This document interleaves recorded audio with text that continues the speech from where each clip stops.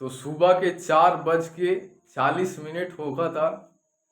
भैया माई बहन चाचा चाची सब दादा दादी सब केहू के दिल से प्रणाम कर रहल बानी।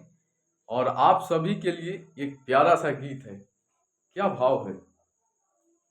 हम्म, हर की जब जब आवेलू, हर की तू हमरा नियरा,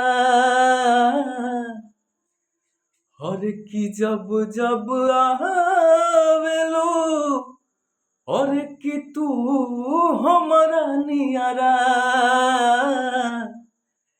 कि सरक जाला ओढ़ानी, धड़क जाला जियरा, कि सरक जाला ओढ़ानी, धड़क जाला जियरा।